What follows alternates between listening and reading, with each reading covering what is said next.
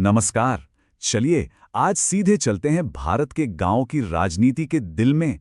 कभी सोचा है कि गांव का मुखिया, जिन्हें हम सब बड़े अदब से मुखिया जी कहते हैं, असल में कितने पावरफुल होते हैं? तो आज बिहार के एक केस स्टडी से इसी सवाल की तह तक जाएंगे। तो सबसे बड़ा सवाल यही है, क्या मुखिया जी गांव के एक बेताज बादशाह हैं या फिर सिर्फ एक सरकारी अधिकारी जो कागजों पर काम करते हैं? आखिर उनकी शक्ति की असली सीमा क्या है? आइए आज इस बात को ठीक से समझते हैं। देखिए, गांव में रहने वाले किसी भी इंसान के लिए ना दिल्ली या पटना बहुत दूर की बात है।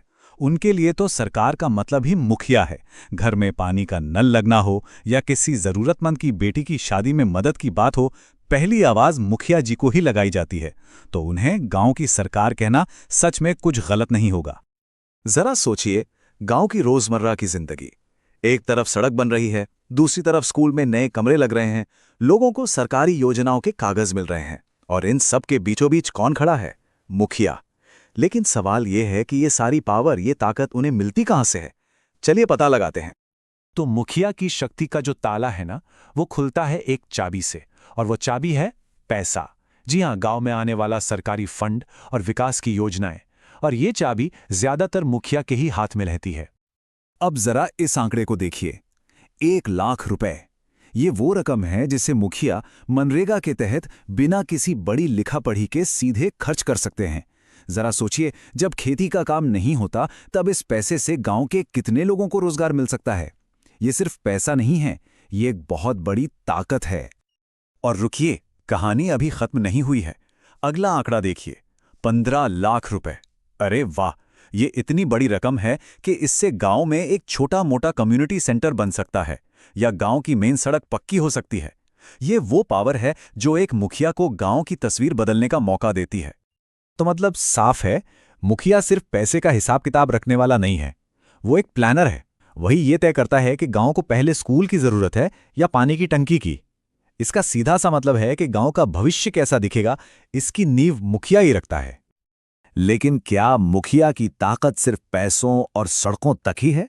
जी नहीं, बिल्कुल नहीं। उनकी असली पकड़ तो गांव के समाज और पूरे एडमिनिस्ट्रेशन पर होती है। चलिए देखते हैं कैसे। आसान भाषा में कहें तो मुखिया पंचायत का सीईओ होता है। मीटिंग बुलाना, सारे रिकॉर्ड्स मेंटेन करना, कर्मचारियों से काम करवाना, ये सब उन्हीं की जिम्मेदारी है। उनके साइन के बिना पंचायत का कोई बड़ा काम आगे बढ़ ही नहीं सकता।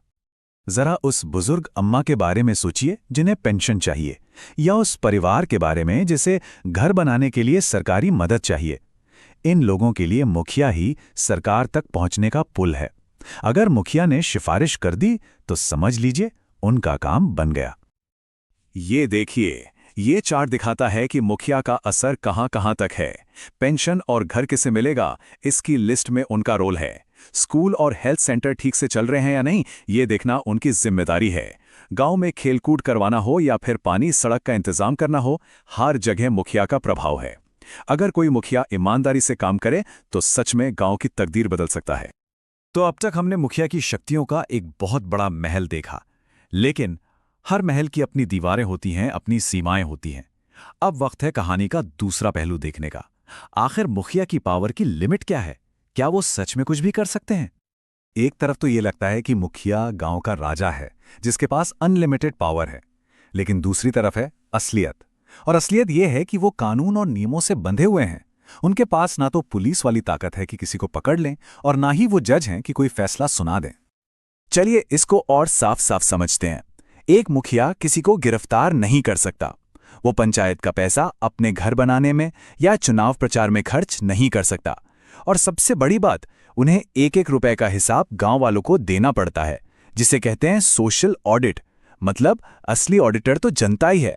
और ये बात गांठ बांध लीजिए कि पंचायत का असली बॉस मुखिया नहीं बल्कि ग्राम सभा है, यानी गांव के सारे वोटर्स।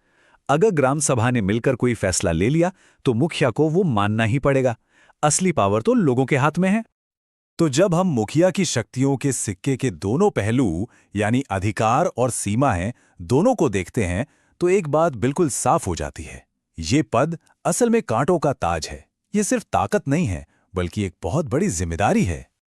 तो आखिर में हमें ये समझना होगा कि मुखिया का पद सिर्फ एक कुर्सी नहीं, ये एक जिम्मेदारी का नाम है। अगर इस ताकत का सही इस्तेमाल हो तो एक गांव की कई पीढ़ियां सुधर सकती हैं, लेकिन अगर इसका गलत इस्तेमाल हो तो कानून के हाथ भी बहुत लंबे होते हैं। तो असली सवाल ये नहीं है कि मुखिया कितना शक्तिशाली है, असली सवाल ये है कि वो अपनी शक्ति का इस्तेमाल गांव की भलाई के लिए कैसे करता है। और इसी सवाल का जवाब हमारे लोकतंत्र का भविष्य तय करेगा।